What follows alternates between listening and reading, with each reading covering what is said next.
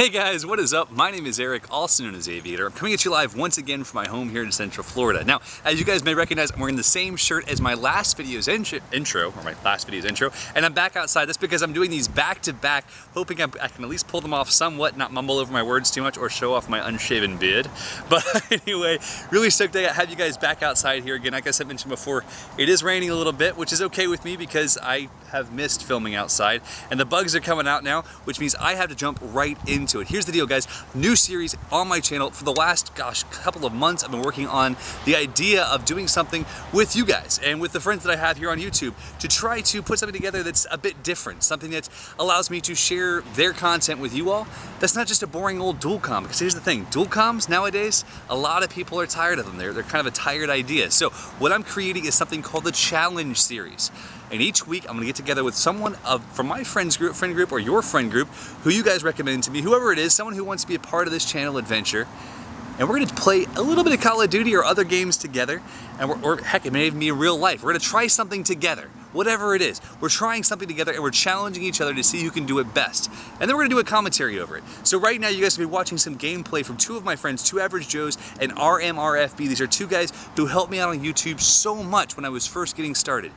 Now their channels are a little bit smaller than mine, they're really cool guys, and channel size shouldn't matter when you look at how cool or interesting people are.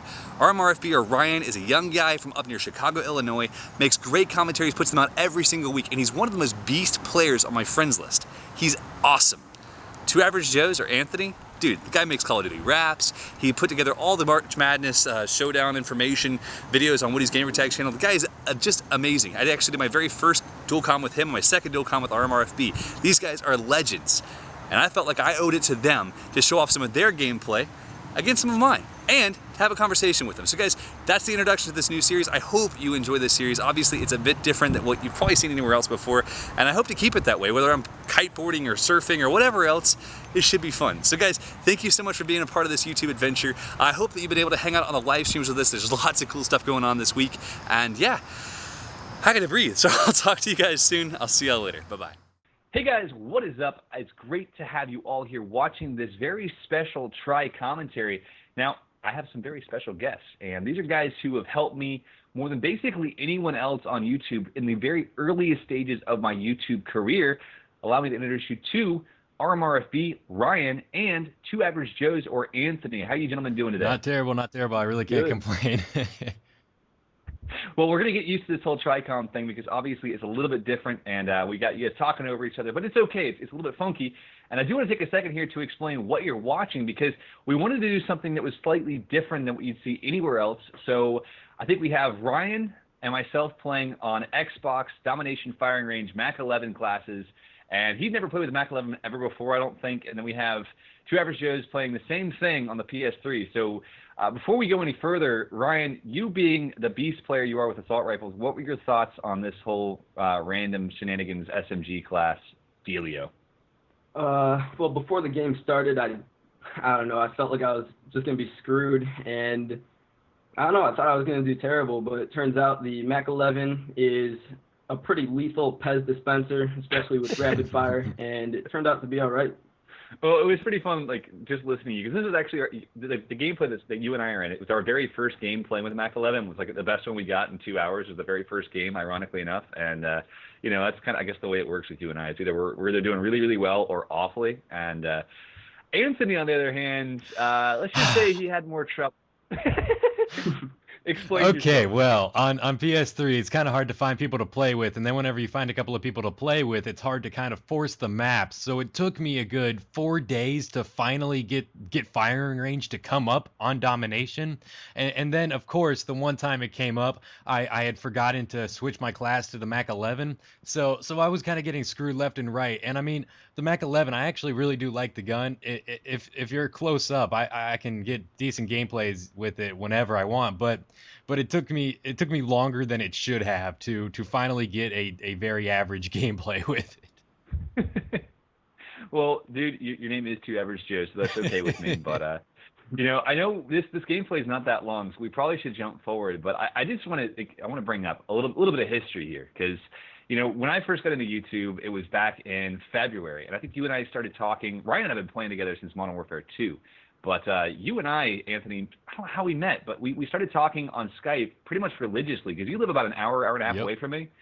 And it was like you and I and Ryan would get into Skype calls and we talk every day in such a creepy manner. My wife was like, you know, these guys aren't quite your age, but it sounds like you got some really cool new friends. Eric making friends. It was you're 17 and Ryan, you're 15, right? Yep. Dude, you guys are growing up so fast. When we met, you were younger. We got Papa Aviator. Yeah, exactly. But you know, you guys both had more established channels. Like Ryan, you were at almost 1,000 subs, and Anthony, how many subs were you at? Because you've blown up since March. Yeah, Madness. well, you actually commented on one of my videos back whenever I had about maybe 2,000 subs, and you were like, you said something along the lines of, "Hey man, really enjoyed the video. I like this part," so I actually knew that you watched the video. And then you said something about you just had put up your first ever video. If I wanted to come check it out, be the 1,000th view or something along those lines. And I was like, wow, first video, almost 1,000 views. Yeah, why not? So I went over. I was ridiculously impressed with the quality. I mean, everybody who watches your videos know how nice of quality everything you do is. Nice and organized, well planned out and everything. And I was really impressed. Then I shot you a message. I said something along the lines of, I really enjoyed the video, man. Go ahead, hit me up on Skype. And then from there, like you said, me, you, and Ryan started talking. You introduced me to Ryan. Then for a while there, we were like the Three Musketeers. I mean, I seriously think that we probably talked every single night. It's just it was pretty cute. Yeah, I mean, what I loved about it was we weren't talking about anything. We were just, what happened, what was up today, how was your day, how'd it go? Shh, don't tell people I'm nice. Come on, man. Jesus. Everyone's gonna be trying that. Now I don't have time. I freaking work on YouTube videos all day long. It's crazy. Oh man. Well, I guess Ryan, to bounce back how you and I met, and I only have 3 minutes left in the commentary. Jeez.